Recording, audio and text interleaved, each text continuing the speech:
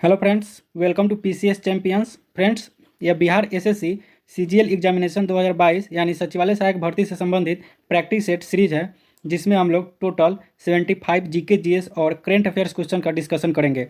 यह practice set 20 है और यह इस सीरीज का लास्ट प्रैक्टिस सेट है। अगर अभी तक आपने 1 से 19 तक प्रैक्टिस सेट नहीं देखे हैं तो प्ले लिस्ट में जाकर उसे देख लीजिए। तो चलिए शुरू करते हैं आज का वीडियो को लास्ट तक जरूर देखिएगा। क्वेश्चन नंबर फर्स्ट है, कंप्यूटर का जनक किसे कहा जाता है? तो कंप्यूटर का जनक चार्ल्स बैबेज को कहा जाता है। इसका राइट आंसर हो जाएगा ऑप्शन सी, चार्ल्स बैबेज। बात करें आधुनिक कंप्यूटर की खोज की तो 1946 ईस्वी में सर्वप्रथम आधुनिक कंप्यूटर का खोज हुआ था और 2 दिसंबर को प्रत्येक वर्ष कंप्यूटर साक्षरता दिवस मनाया जाता है। इसे भी ध्यान में रखिएगा। नेक्स्ट है, भारत में ज्ञानपीठ पुरस्कार पाने वाली पहली महिला कौन थी? तो भारत में ज्ञानपीठ पुरस्कार पाने वाली प्रथम महिला आशापूर्णा देवी थी। इसका राइट आंसर हो जाएगा ऑप्शन डी, आशापूर्णा देवी। इनको 1976 ईस्वी में इनकी रचना प्रथम प्रतिश्रुति के लिए लिख दे रहा हूँ मैं यहाँ, प्रतिश्रुति, इसी रचना के लिए इनको ज्ञानपीठ पुरस्कार 1976 ईस्वी में दिया गया है। इसे ध्यान में रखिएगा। और ज्ञानपीठ पुरस्कार का शुरुआत 1965 ईस्वी में हुआ और सर्वप्रथम जी शंकर क्रूप को 1965 ईस्वी में ही ज्ञानपीठ पुरस्कार दिया गया है। नेक्स्ट है, नारा 2 बूंद जिंदगी की किस कार्यक्रम के साथ संबंधित है? तो 2 बूंद जिंदगी, यह नारा पल्स पोलियो के तहत संबंधित है। इसी कार्यक्रम में यह नारा दिया गया है। बात करें पल्स पोलियो की तो इसका शुरुआत 1995 ईस्वी में भारत में हुआ है और 2014 ईस्वी में WHO ने भारत को पोलियो मुक्त घोषित कर दिया गया है। इसे भी ध्यान में रखिएगा, यह इंपॉर्टेंट क्वेश्चन है। नेक्स्ट है, सार्क का मुख्यालय स्थित है? तो सार्क का मुख्यालय काठमांडू में स्थित है। इसका राइट आंसर हो जाएगा ऑप्शन सी, काठमांडू। और काठमांडू यह नेपाल का राजधानी है। इसे भी ध्यान में रखिएगा। बात करें सार्क की तो इसका स्थापना 8 दिसंबर 1985 ईस्वी को हुआ है और इसमें कुल 8 देश शामिल है। इसे याद रखने के लिए आपको याद रखना होगा भारत के 9 पड़ोसी देश है, जिसमें एक भारत है, यानी कि कुल 10 देश हुआ। इस 10 में से 2 देश, एक चीन और दूसरा म्यांमार, इसमें शामिल नहीं है। बाकी के 8 देश सार्क में शामिल है। इसे ध्यान रखिएगा। नेक्स्ट है, भारत में फेडरेशन कप का संबंध किस खेल के साथ है? तो फेडरेशन कप का संबंध हॉकी, फुटबॉल, बास्केटबॉल, इन सभी से है। इसका राइट आंसर हो जाएगा ऑप्शन डी। नेक्स्ट है, नेपाल की मुद्रा है? तो नेपाल की मुद्रा रुपया है। इसका राइट आंसर हो जाएगा ऑप्शन ए, रुपया। नेक्स्ट है, सबसे बड़ा देश कौन सा है? यहाँ क्षेत्रफल में पूछा जा रहा है सबसे बड़ा देश कौन है। तो विश्व में सबसे बड़ा देश क्षेत्रफल की दृष्टि से रूस है। इसका राइट आंसर हो जाएगा ऑप्शन डी, रूस। बात करें विश्व में क्षेत्रफल की दृष्टि से सबसे बड़े देश की तो प्रथम स्थान पर रूस है।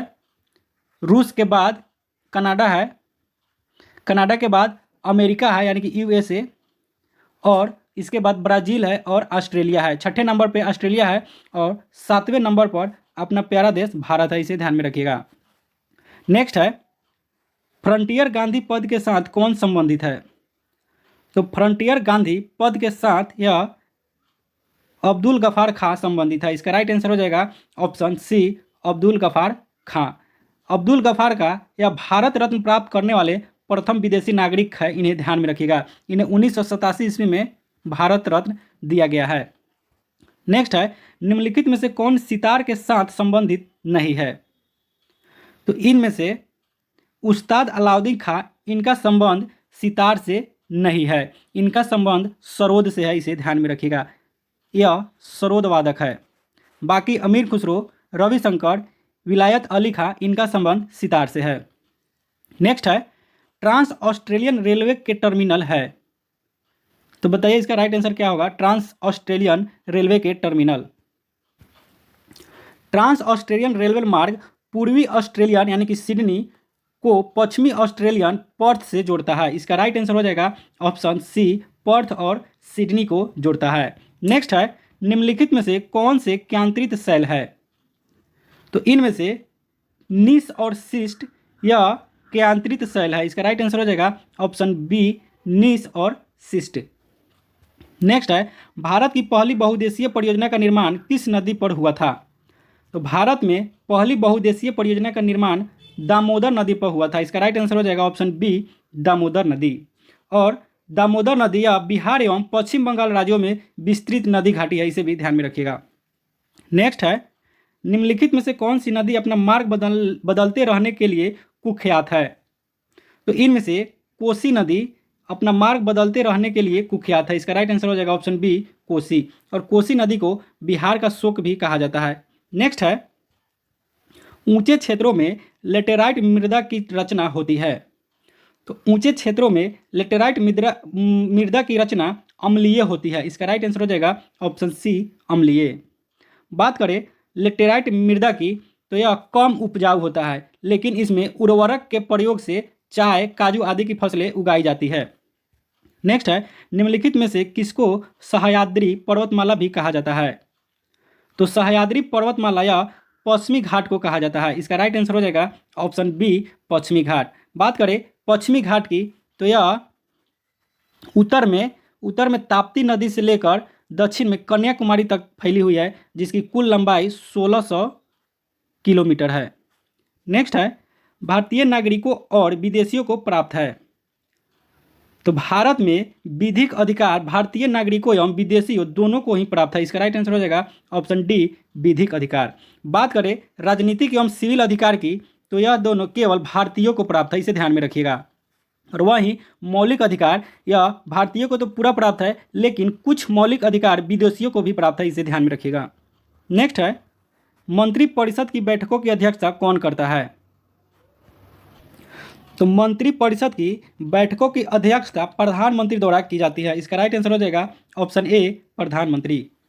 नेक्स्ट है, गांधी जी का राजनीतिक गुरु किसे माना जाता है? तो गांधी जी के राजनीतिक गुरु गोपाल कृष्ण गोखले को माना जाता है। इसका राइट आंसर हो जाएगा ऑप्शन ए, गोपाल कृष्ण गोखले। वहीं बात करें गोपाल कृष्ण गोखले की, तो इनका राजनीतिक गुरु गोविंद रानाडे है, इसे भी ध्यान में रखिएगा। महात्मा गांधी के राजनीतिक गुरु गोपाल कृष्ण गोखले हैं और गोपाल कृष्ण गोखले के राजनीतिक गुरु गोविंद रानाडे है। नेक्स्ट है, सर्वोच्च न्यायालय के न्यायाधीश किस आयु तक अपने पद पर बने रहते हैं? तो संविधान के अनुच्छेद 124(2) के तहत सर्वोच्च न्यायालय के न्यायाधीश 65 वर्ष तक अपने पद पर बने रह सकते हैं। इसका राइट आंसर हो जाएगा ऑप्शन बी, 65 वर्ष। और वहीं सर्वोच्च न्यायालय के न्यायाधीश बनने के लिए न्यूनतम आयु सीमा निर्धारित नहीं की गई, इसे ध्यान में रखिएगा, यह इंपॉर्टेंट है। नेक्स्ट है, भारतीय नागरिकों के मौलिक अधिकारों को निलंबित किया जा सकता है। तो मौलिक अधिकार भारतीय नागरिकों के राष्ट्रीय आपातकाल के दौरान निलंबित किया जा सकता है। इसका राइट आंसर हो जाएगा ऑप्शन ए, राष्ट्रीय आपातकाल के दौरान। नेक्स्ट है, निम्नलिखित में से कौन सा तत्व राज्य का अनिवार्य तत्व नहीं है? तो इसमें प्रशासन यह राज्य का अनिवार्य तत्व नहीं है। इसका राइट आंसर हो जाएगा ऑप्शन बी। बात करें राज्य के, तो राज्य के 4 अनिवार्य तत्व हैं। एक है जनसंख्या यानी कि आबादी, दूसरा है राज्य क्षेत्र, और तीसरा है प्रभुसत्ता, और चौथा है सरकार। इसे ध्यान में रखिएगा, यही 4 है। नेक्स्ट है, 94 अकादमी पुरस्कार यानी कि ऑस्कर अवार्ड 2022 में किस फिल्म के सर्वश्रेष्ठ डॉक्यूमेंट्री फीचर फिल्म का अवार्ड मिला है? तो यह पुरस्कार समर ऑफ सोल को मिला है। इसका राइट आंसर हो जाएगा ऑप्शन बी। बात करें 94 अकादमी पुरस्कार की, तो इसमें सर्वश्रेष्ठ फिल्म कोडा को दिया गया है और सर्वश्रेष्ठ एक्टर का पुरस्कार विल स्मिथ को दिया गया है। नेक्स्ट है, निम्नलिखित में से कौन से अनुच्छेद में विधि के समक्ष समता को अधिकार का प्रावधान है? तो इसमें अनुच्छेद 14 विधि के समक्ष समता के अधिकार का प्रावधान है। इसका राइट आंसर हो जाएगा ऑप्शन ए, अनुच्छेद 14। नेक्स्ट है, भारत के महान्यायवादी की नियुक्ति कौन करता है? तो भारत के महान्यायवादी की नियुक्ति राष्ट्रपति के द्वारा किया जाता है। इसका राइट आंसर हो जाएगा ऑप्शन डी, राष्ट्रपति।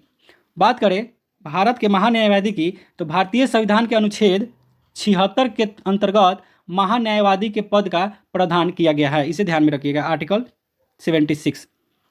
नेक्स्ट है, गांधी जी को सबसे पहले राष्ट्रपिता किसने कहा था?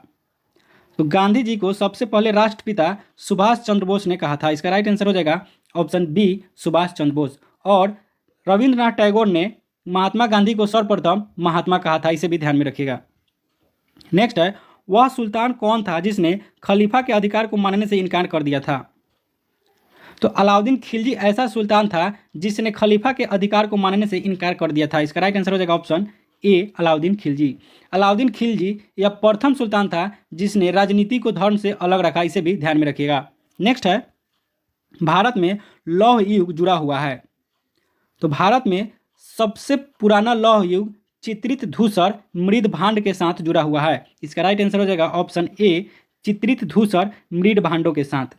बात करें लोहा की, तो लोहा का प्रयोग भारत में सर्वप्रथम उत्तर वैदिक काल में हुआ है, इसे भी ध्यान में रखिएगा। और वहीं सिंधु घाटी के सभ्यता के लोग लोहा से अपरिचित थे। नेक्स्ट है, एलोरा के प्रसिद्ध कैलाश मंदिर का निर्माण निम्नलिखित में से किस राजा ने किया था? तो महाराष्ट्र के एलोरा में कैलाश मंदिर का निर्माण राष्ट्रकूट नरेश कृष्ण प्रथम ने किया था। इसका राइट आंसर हो जाएगा ऑप्शन डी, कृष्ण प्रथम, जो राष्ट्रकूट वंश का शासक था। और बात करें इस मंदिर की, तो यह वेसर शैली में निर्मित मंदिर है, इसे ध्यान में रखिएगा। कैलाश मंदिर वेसर शैली में निर्मित मंदिर है। नेक्स्ट है, भारत में हरित क्रांति का एक और नाम है। तो भारत में हरित क्रांति का एक और नाम बीज उर्वरता और सिंचाई क्रांति है। इसका राइट आंसर हो जाएगा ऑप्शन ए। बात करें हरित क्रांति की, तो भारत में हरित क्रांति की शुरुआत 1966-67 ईस्वी से माना जाता है, इसे ध्यान में रखिएगा। नेक्स्ट है, टेस्ट रैंकिंग में निम्न में से कौन सा भारतीय खिलाड़ी नंबर 1 ऑलराउंडर बन गया है? तो भारतीय खिलाड़ी टेस्ट रैंकिंग में नंबर 1 रविंद्र जडेजा बने हैं। इसका राइट आंसर हो जाएगा option A, Ravindra Jadeja. Next है, डीआरडीओ ने कहाँ से मध्यम दूरी की सतह से हवा में मार करने वाली मिसाइल यानी MRSAM के सैन्य संस्करण का सफल उड़ान परीक्षण किया है?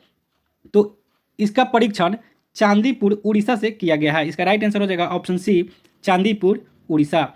बात करें डीआरडीओ की, तो इसका स्थापना 1 जनवरी 1958 ईस्वी को हुआ है और वर्तमान में इसके अध्यक्ष समीर कामत है, इसे ध्यान में रखिएगा, समीर कामत। और समीर कामत जी सतीश रेड्डी के स्थान पर बने हैं, इसे भी ध्यान में रखिएगा। जी सतीश रेड्डी के स्थान पर समीर कामत अध्यक्ष बने हैं। नेक्स्ट है, जब कोई न्यायालय आदेश द्वारा किसी लोक प्राधिकारी को उसका कर्तव्य करने के लिए निर्देश देता है, यदि उसके कर्तव्य पूरा न करने से याचिकाकर्ता को क्षति पहुंचती है, तो इसे निम्नलिखित में से कौन सी एक याचिका कहते हैं? तो यह याचिका परामर्श कहलाता है। इसका राइट आंसर हो जाएगा ऑप्शन सी, परामर्श। अनुच्छेद 32 के तहत सुप्रीम कोर्ट 5 प्रकार के रीट जारी कर सकता है, इसे भी ध्यान में रखिएगा। नेक्स्ट है, जिला न्यायाधीशों को कौन नियुक्त करता है? तो जिला न्यायाधीशों की नियुक्ति उच्च न्यायालय के परामर्श से संबंधित राज्य का राज्यपाल करता है। इसका राइट आंसर हो जाएगा ऑप्शन बी, संबंधित राज्य का राज्यपाल। और यह उच्च न्यायालय के मुख्य न्यायाधीश के परामर्श पर करते हैं। नेक्स्ट है, सार्वजनिक परिवहन के साधन के तौर पर रोपवे सेवा शुरू करने वाला पहला भारतीय शहर कौन बना है? तो रोपवे सेवा शुरू करने वाला पहला भारतीय शहर या वाराणसी बना है। इसका राइट आंसर हो जाएगा ऑप्शन बी, वाराणसी। और वाराणसी प्रधानमंत्री नरेंद्र मोदी का संसदीय क्षेत्र है, इसे भी ध्यान में रखिएगा। नेक्स्ट है, भारतीय स्वतंत्रता संघर्ष के दौरान साइमन कमीशन का प्रयोजन क्या था? तो भारतीय स्वतंत्रता संघर्ष के दौरान साइमन कमीशन का प्रायोजन गवर्नमेंट ऑफ इंडिया एक्ट 1919 के कार्यकरण की जांच पड़ताल करना था। इसका राइट आंसर हो जाएगा option B, government of India act 1919 के क्रियान्वयन की जांच पड़ताल करना। नेक्स्ट है, दादा भाई नौरोजी द्वारा लंदन में ब्रिटिश जनता की राय को भारत के पक्ष में प्रभावित करने के लिए स्थापित संगठन का नाम क्या था? तो दादा भाई नौरोजी द्वारा लंदन में ब्रिटिश जनता की राय को भारत के पक्ष में प्रभावित करने के लिए स्थापित संगठन ईस्ट इंडिया एसोसिएशन था। इसका राइट आंसर हो जाएगा option D, east India association. वहीं ब्रिटिश हाउस ऑफ कॉमन्स का चुनाव जीतने वाले प्रथम भारतीय दादा भाई नौरोजी ही थे, इसे भी ध्यान में रखिएगा। नेक्स्ट है, भारत के प्रथम अंतरिक्ष यात्री राकेश शर्मा निम्नलिखित में से किस एक स्थान से अंतरिक्ष के लिए रवाना हुए? तो भारत के प्रथम अंतरिक्ष यात्री राकेश शर्मा बैंकानूर से अंतरिक्ष में रवाना किए गए थे। इसका राइट आंसर हो जाएगा ऑप्शन ए बैंकानूर।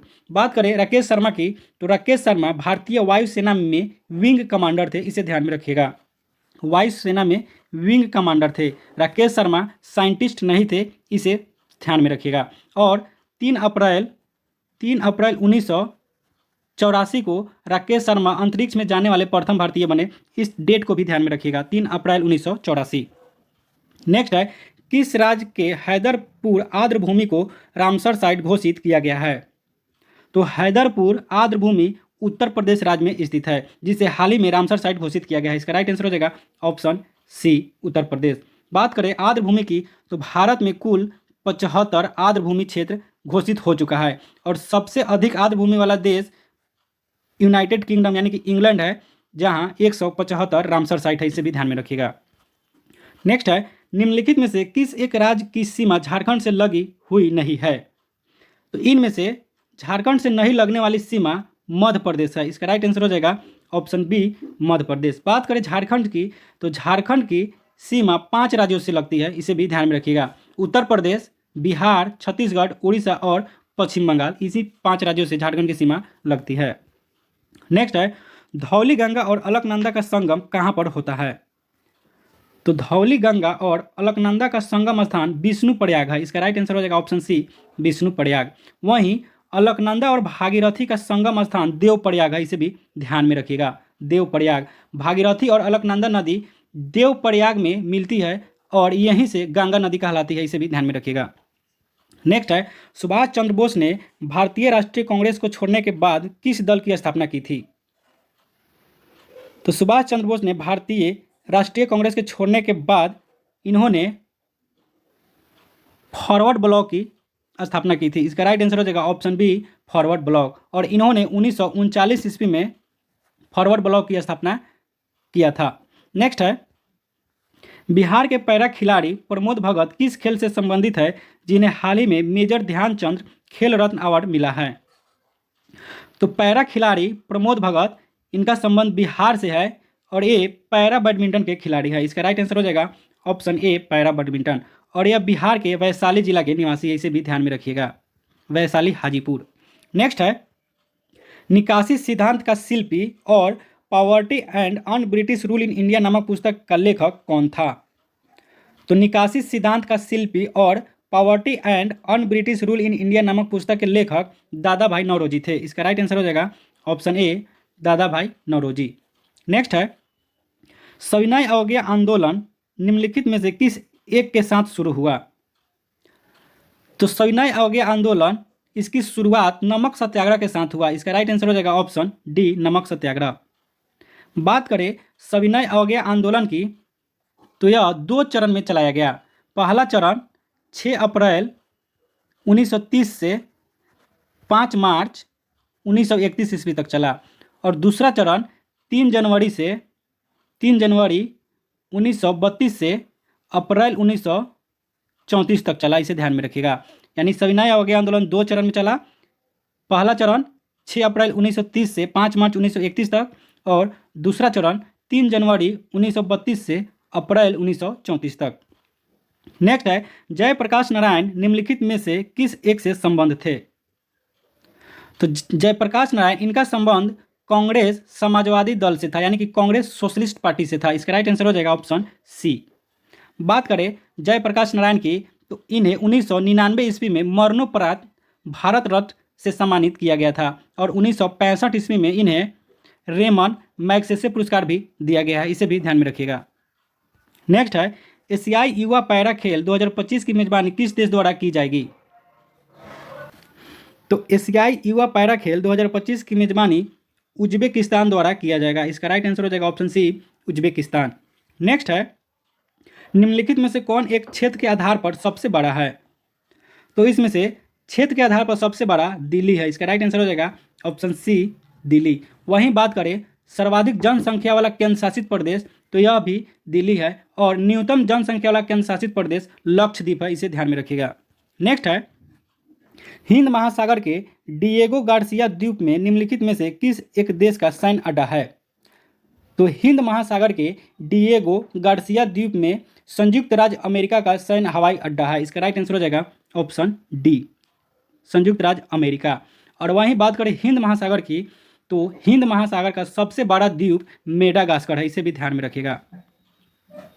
नेक्स्ट है, मगध की प्रथम राजधानी कौन सी थी? तो मगध की प्रथम राजधानी गिरिब्रज या राजगिरा या राजगीर था। इसका राइट आंसर हो जाएगा ऑप्शन सी। नेक्स्ट है, भारत में किस स्थान पर भारतीय राष्ट्रीय कांग्रेस का 1922 का अधिवेशन हुआ था?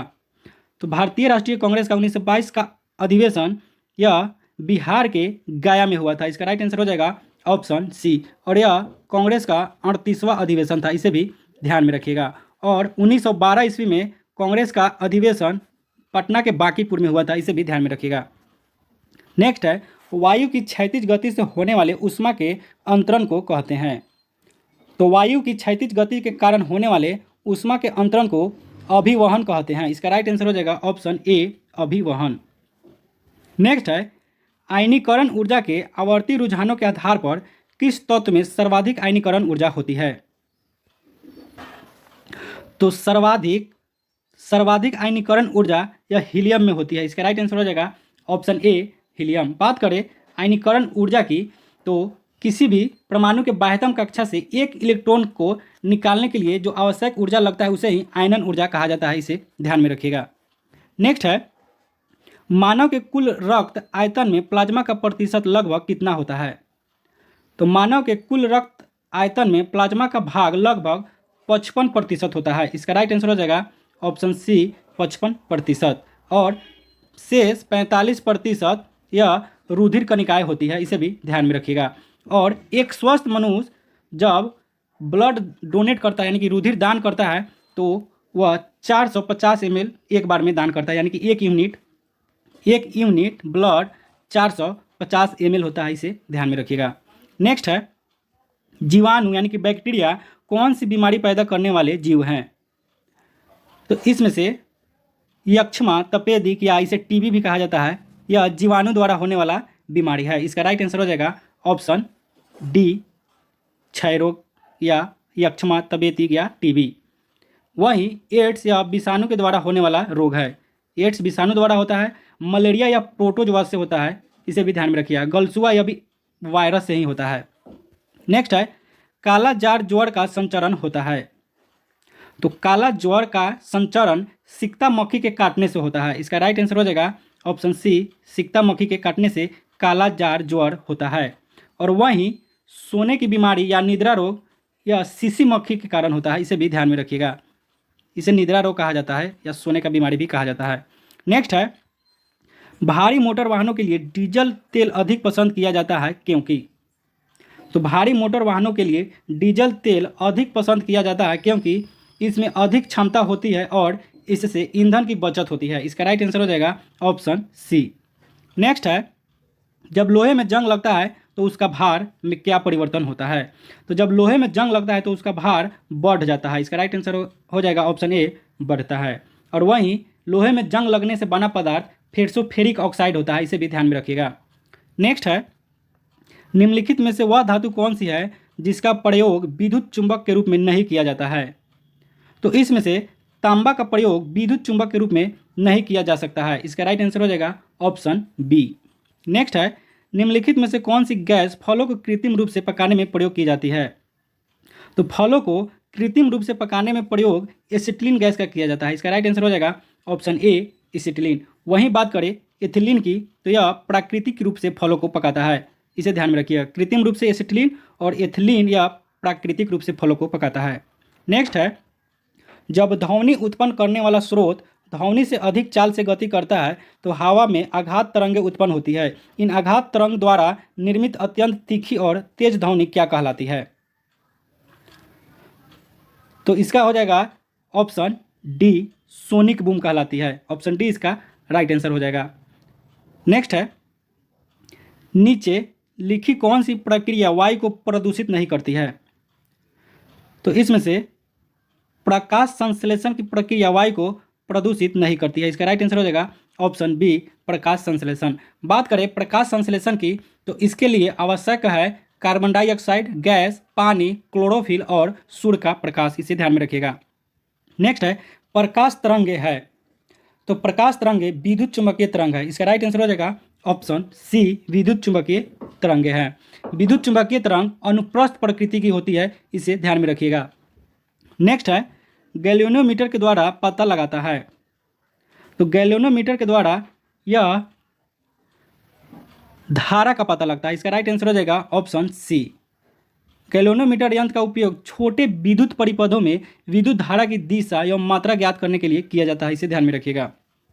नेक्स्ट है प्रकाश तरंगे अनुप्रस्थ तरंगे हैं क्योंकि, तो प्रकाश तरंगे अनुप्रस्थ तरंगे हैं क्योंकि उन्हें ध्रुवित किया जा सकता है, इसका राइट आंसर हो जाएगा ऑप्शन डी प्रकाश तरंग को ध्रुवित किया जा सकता है। वहीं अनुदैर्ध्य तरंग एवं अनुप्रस्थ तरंग में अंतर केवल ध्रुवण द्वारा होता है, इसे भी ध्यान में रखिएगा। ध्रुवण के द्वारा ही अनुदैर्ध्य तरंग और अनुप्रस्थ तरंग में अंतर किया जा सकता है। नेक्स्ट है लार ग्रंथियों के द्वारा निम्नलिखित में से कौन सा एंजाइम उत्पादित होता है, तो लार ग्रंथियों के द्वारा टाइलिन एंजाइम उत्पादित होती है, इसका राइट आंसर हो जाएगा ऑप्शन डी टाइलिन, ऑप्शन बी टाइलिन। नेक्स्ट है वहीं बात करें आमाशय की, तो आमाशय के जठर रस में दो एंजाइम होते हैं, एक होता है पेप्सिन और दूसरा होता है रेनिन। यह आमाशय के जठर रस में पाया जाने वाला एंजाइम है। नेक्स्ट है निम्नलिखित विटामिनों में से किसकी हीनता से मूत्र में बढ़ी हुई कैल्शियम आयनन की हानि होती है, तो विटामिन डी की कमी से मूत्र में बढ़ी हुई कैल्शियम आयनन की हानि होती है, इसका राइट आंसर हो जाएगा option D vitamin D. Next है मानव शरीर में निम्नलिखित में से कौन उन प्रतिपिंडों का निर्माण करती है जो प्रतिरक्षा के लिए जिम्मेदार है, तो WBC का मुख्य कार्य शरीर को संक्रमण से सुरक्षा प्रदान करना है, इसका राइट आंसर हो जाएगा ऑप्शन डी WBC यानी कि श्वेत रक्त कोशिकाएं, यही शरीर के प्रतिपिंडों का निर्माण करती है जो प्रतिरक्षा के लिए जिम्मेदार है। और WBC इसका जीवन काल 2 से 4 दिन का होता है, इसे भी ध्यान में रखिएगा। नेक्स्ट है निम्नलिखित में से कौन बायोगैस का एक प्रमुख घटक है, तो मीथेन बायोगैस का प्रमुख घटक है, इसका राइट आंसर हो जाएगा ऑप्शन डी मीथेन। इसका सूत्र होता है CH4, इसे मार्स गैस भी कहा जाता है। नेक्स्ट है निम्नलिखित में से कौन सा एक अग्निशामक में प्रयुक्त होता है, तो इसमें से बेकिंग सोडा यानी कि खाने वाला सोडा यह अग्निशामक में प्रयोग किया जाता है, इसका राइट आंसर हो जाएगा ऑप्शन ए खाने का सोडा। बेकिंग सोडा इसका रासायनिक सूत्र होता है सोडियम बाइकार्बोनेट NaHCO3। नेक्स्ट है निम्नलिखित में से किसमें हीमोग्लोबिन की प्रतिशतता अधिकतम होती है, तो हीमोग्लोबिन की प्रतिशतता सबसे अधिकतम यह वयस्क में होता है, इसका राइट आंसर हो जाएगा ऑप्शन सी पुरुष यानी कि वयस्क। वहीं बात करें हीमोग्लोबिन की, तो हीमोग्लोबिन के दो भाग हैं, एक है हिमैटिन और दूसरा भाग है ग्लोबिन, इसे ध्यान में रखिएगा। हिमैटिन और ग्लोबिन यह हीमोग्लोबिन का भाग है और ग्लोबिन लौह युक्त प्रोटीन है, यह लौह युक्त प्रोटीन है, इसे भी ध्यान में रखिएगा। नेक्स्ट है निम्नलिखित में से कौन सा एक जल में घुलनशील विटामिन है, तो जल में घुलनशील विटामिन यह बी और सी होता है, बी और सी विटामिन जल में घुलनशील होता है, इसका राइट आंसर हो जाएगा ऑप्शन बी विटामिन सी। और वहीं A, D, K और E यह वसा में घुलनशील विटामिन होता है, इसे भी ध्यान में रखिएगा। नेक्स्ट है एक दिन में किसी समान व्यक्ति के वृक्कों में से होकर कितना लीटर रक्त गुजरता है, तो एक दिन में किसी समान व्यक्ति के वृक्क में से होकर लगभग 170 लीटर रक्त गुजरता है, इसका राइट आंसर हो जाएगा ऑप्शन सी 170 लीटर। किडनी हमारे शरीर का सबसे प्रमुख उत्सर्जी अंग है, इसे भी ध्यान में रखिएगा। और किडनी का भी 2 भाग होता है, बाहरी भाग कॉर्टेक्स एवं भीतरी भाग मेडुला होता है। नेक्स्ट है निम्नलिखित में से किसकी या किनकी गति प्रकाश की गति के बराबर होती है, तो इसमें से सभी की गति यानी कि एक्स किरण, गामा किरण और पराबैंगनी किरण की गति प्रकाश की गति के बराबर होती है, इसका राइट आंसर हो जाएगा ऑप्शन डी उपर्युक्त सभी। नेक्स्ट है यदि F1, F2 और F3 क्रमशः हीरा, कांच और जल में प्रकाश की आवृत्तियां है तो निम्नलिखित में से कौन सा एक सही होगा? तो इसमें से ऑप्शन बी सही हो जाएगा। सबसे पहले सबसे अधिक आवृत्ति F3 में होगी, उसके बाद F2 में होगी और सबसे कम आवृत्ति F1 में होगी, यानी कि हीरा में होगी। ऑप्शन बी इसका राइट आंसर हो जाएगा। नेक्स्ट है और आज का लास्ट प्रश्न है, सिलाई की सुई का एक सिरा नुकीला क्यों बनाया जाता है? तो सिलाई की सुई का एक सिरा नुकीला दबाव के वर्धन के लिए बनाया जाता है। इसका राइट आंसर हो जाएगा ऑप्शन बी, दबाव के वर्धन के लिए। तो फ्रेंड्स, आज का वीडियो कैसा लगा कमेंट सेक्शन में अपनी प्रतिक्रिया जरूर दीजिएगा और अभी तक आपने चैनल को सब्सक्राइब नहीं किया तो प्लीज़ चैनल को सब्सक्राइब कर ले और इस सेशन को अपने दोस्तों में ज़रूर शेयर कीजिए। जय हिंद।